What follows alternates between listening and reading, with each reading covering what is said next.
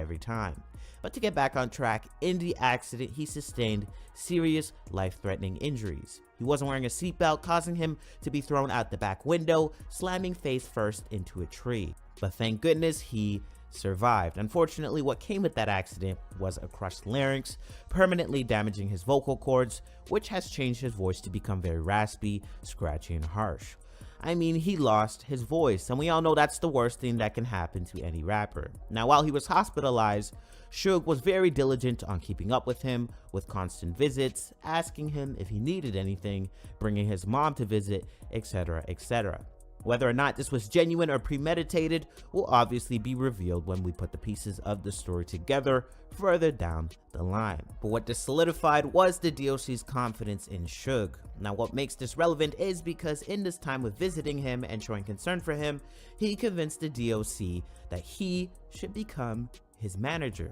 As we mentioned a little earlier on, artist management was one of Suge's newest ventures, and as his manager, he would later show quote-unquote concerns for the DOC's dealings with Ruthless Records. Were you instrumental in making that happen, Dre and Suge? Absolutely, okay. Bro. The shit wouldn't have happened had I not been there. And I'm just giving you some real shit. No, good, yeah. You know, because Dre didn't, back then, Dre, he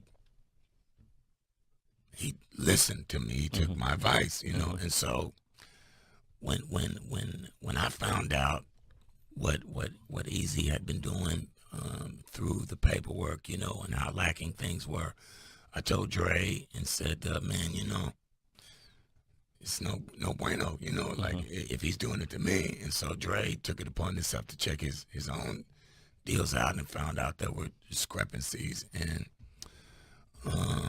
so I says to him, there's this guy, his name is Suge, he can help us out, we can plug us with this other guy, Dick Griffin, says it, so we started taking meetings. Dick Griff, you have to explain to people who he is, that name. Dick Griffin is old school shit. He's probably Suge before Suge, but he had a record label. Wow. He had a record label called not Motown, Solar Records, and all the late 70s, early 80s stuff with the Deal and Shalimar and all of those Soul Train kind of acts came through Dick's company. So he was well versed. He had his own building with this huge studio in it. It was just dope.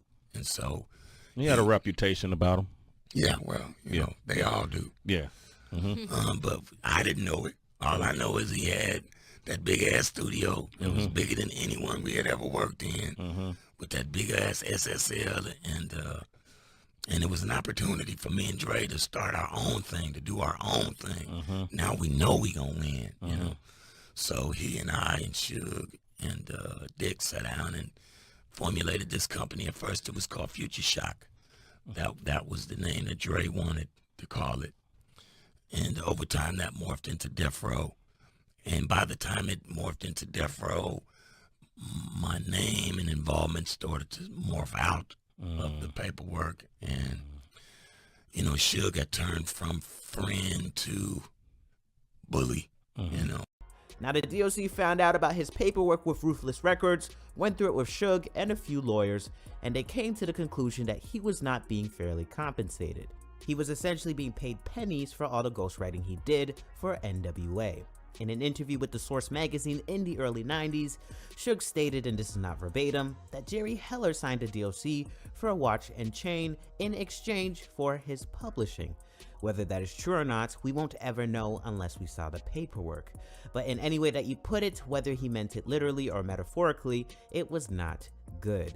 Suge's plan since then was to destroy Ruthless Records entirely, which meant destroying both Jerry Heller and Eazy-E. And that would mean to gradually get the Ruthless artists on his side, which meant starting a label of his own.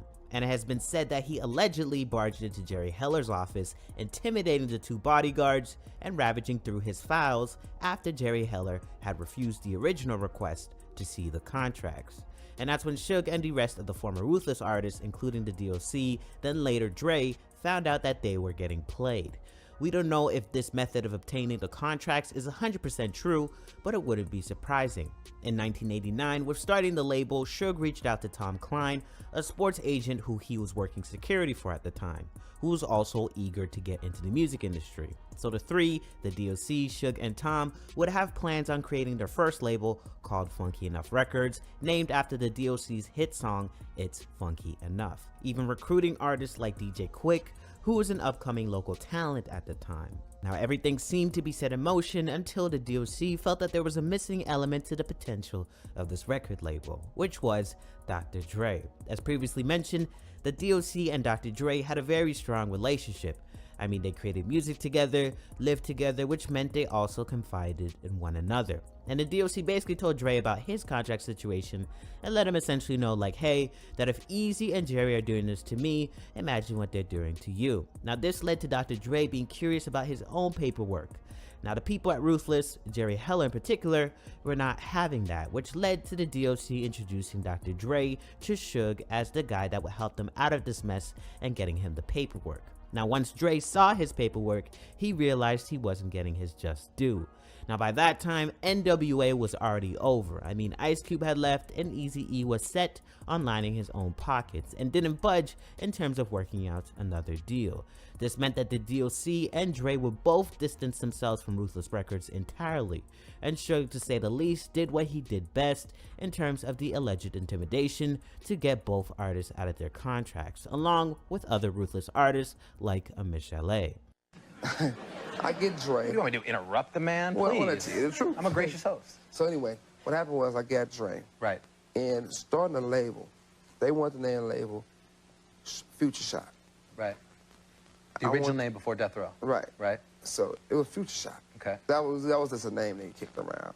And I wanted to go Death Row. There was a guy that had a Death Row, but he spelled it like Def Jam. Right. I'm like, no offense, but we from the ghetto, so if we're gonna say Death Row, it'd be the real Death Row, the man in the chair. And my homeboy just got out of prison, so he drew the logo for us. Right. Got to get the money back to the community, right? The beginning, Death Row Records. Now we're gonna fast forward here a little bit to the start of Death Row Records. After the way Suge Knight was able to handle the business and get the job done, i.e. getting him out of his contract with Ruthless Records, Dr. Dre was now for sure convinced that this was the type of guy he needed on his side.